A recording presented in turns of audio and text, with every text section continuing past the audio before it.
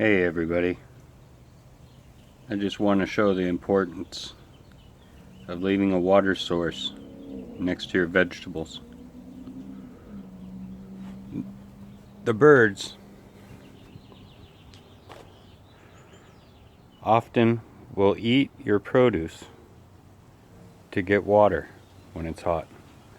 They have no intention of actually eating the produce except for the water content it holds. So by leaving a water source for other animals to enjoy, they'll eat less of your produce.